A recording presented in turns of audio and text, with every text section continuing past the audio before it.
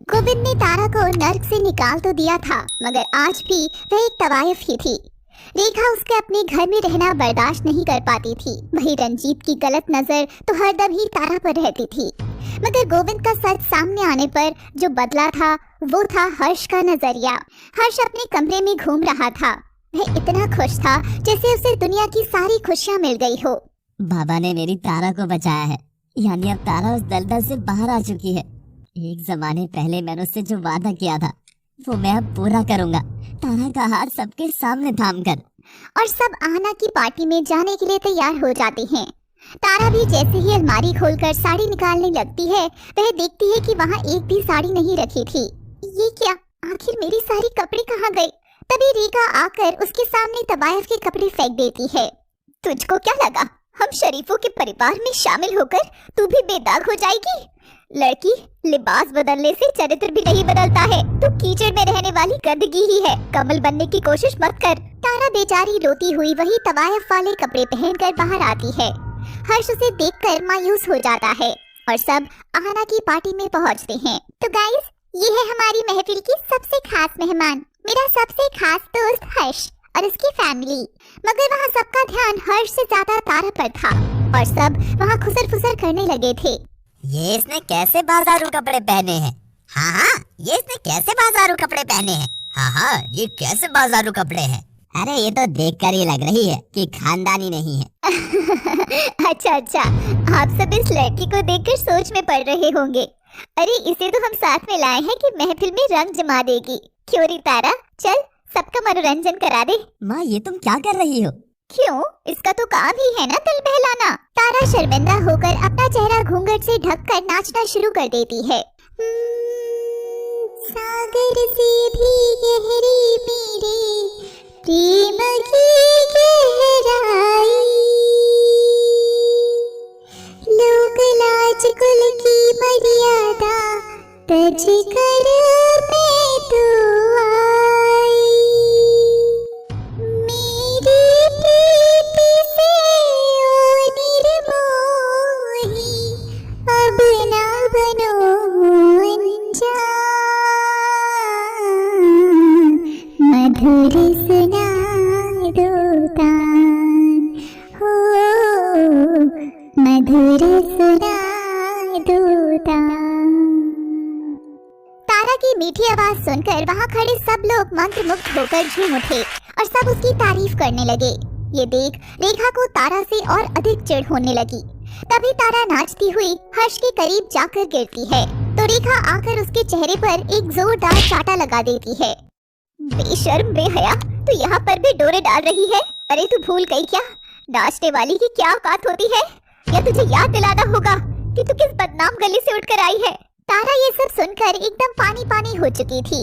आहना अपनी पार्टी में ये सारा तमाशा देखकर घबरा जाती है और अपने एक दोस्त को इशारा कर हॉल की बत्ती बुझवा देती है।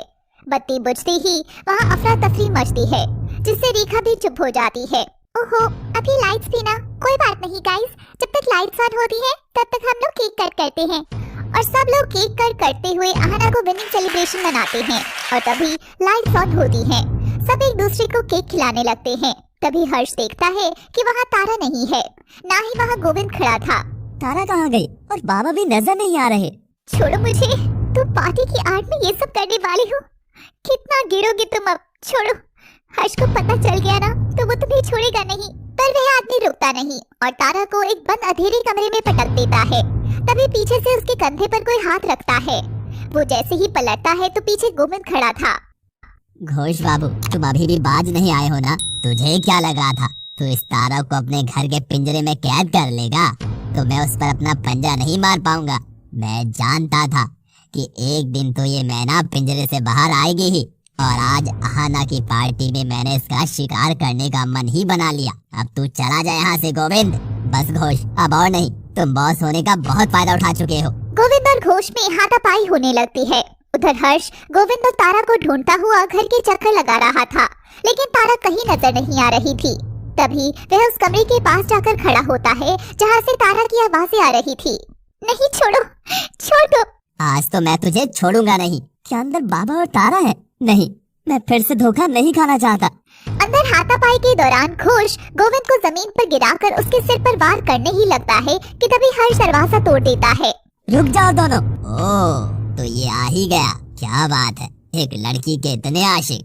हर्ष गुस्से में आकर घोष को खूब मारता है। तुम दोनों गलती कर रहे हो। अगर मैंने वो तस्वीरें सबको दिखा दी ना तो लोग थूकेंगे तुम पर, तुम्हारे परिवार पर। चल दिखा सबको, बाहर जाओ और दिखा सबको। चल खड़ा हो घोष, आज सबको बता दे। हाँ घोष, कब तक यूं डर डर कर हम गलत काम करते रहेंगे? तवायफ खाने में जाकर मेरे बेटे और भाई ने वो पाप नहीं किया जो तुम मुझसे करवाने जा रहा है। अब हम नहीं डरते हैं। घोष गोविंद और हर्ष की हिम्मत देखकर घबरा जाता है और वहाँ से भाग जाता है। गोविंद उसे पकड़ने के लिए उसके पीछे जाता है। तारा तुम फिक्र मत करो, मैंने पुलिस को इन्फॉर्म कर दिया है, अब वो तुम्हें तंग नहीं करेगा। मगर तारा तो एकदम डरी हुई थी, साथ ही जगह जगह उसके कपड़े भी फटे हुए थे।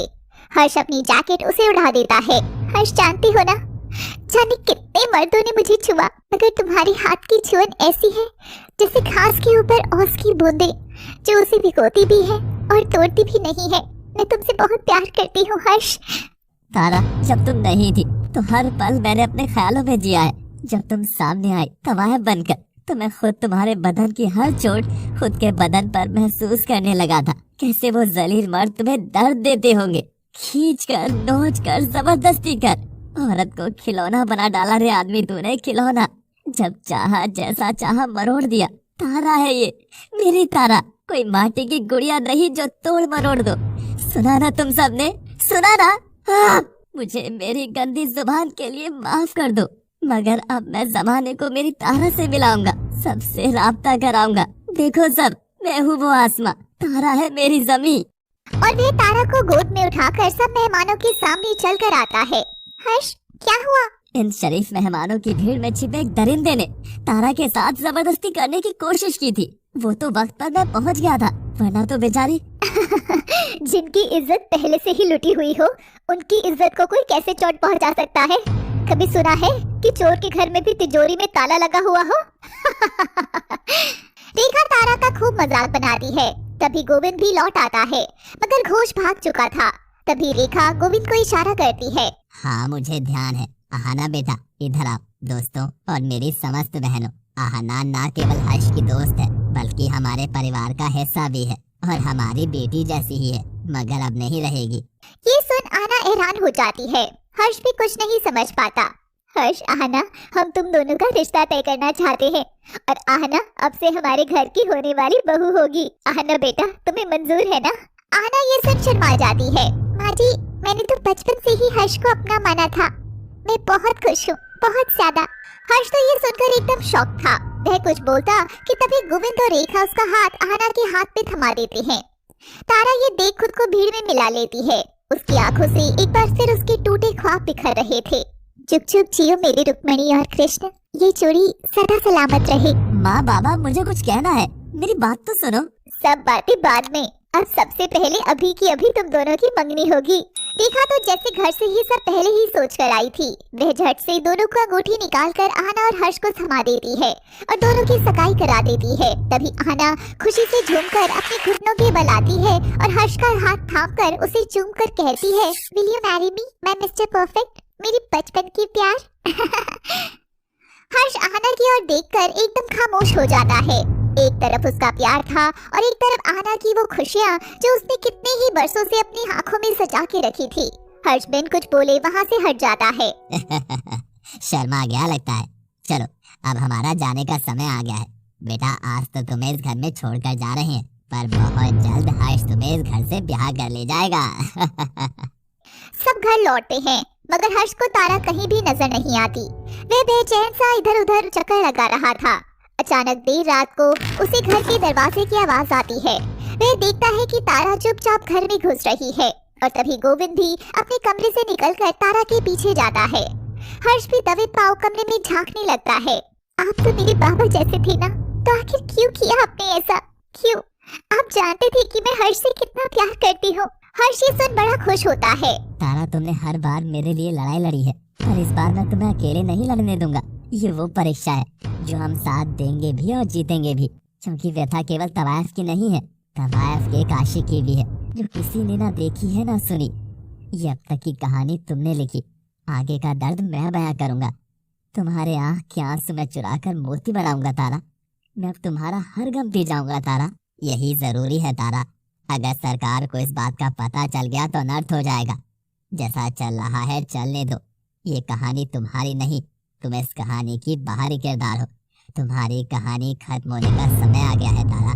मैंने तुम्हें बचाया है, अब तुम्हारी बारी है। बंद कमरे में तारा और गोविंद के बीच एक और सौदा होता है और अगले दिन जब हर्ष उठता है तो सारी कहानी फिर पलट जाती है। तारा उस घर में नहीं थी, कहीं नहीं। आखिर क्या हुआ होगा तारा के साथ, जानने के लिए देखिए।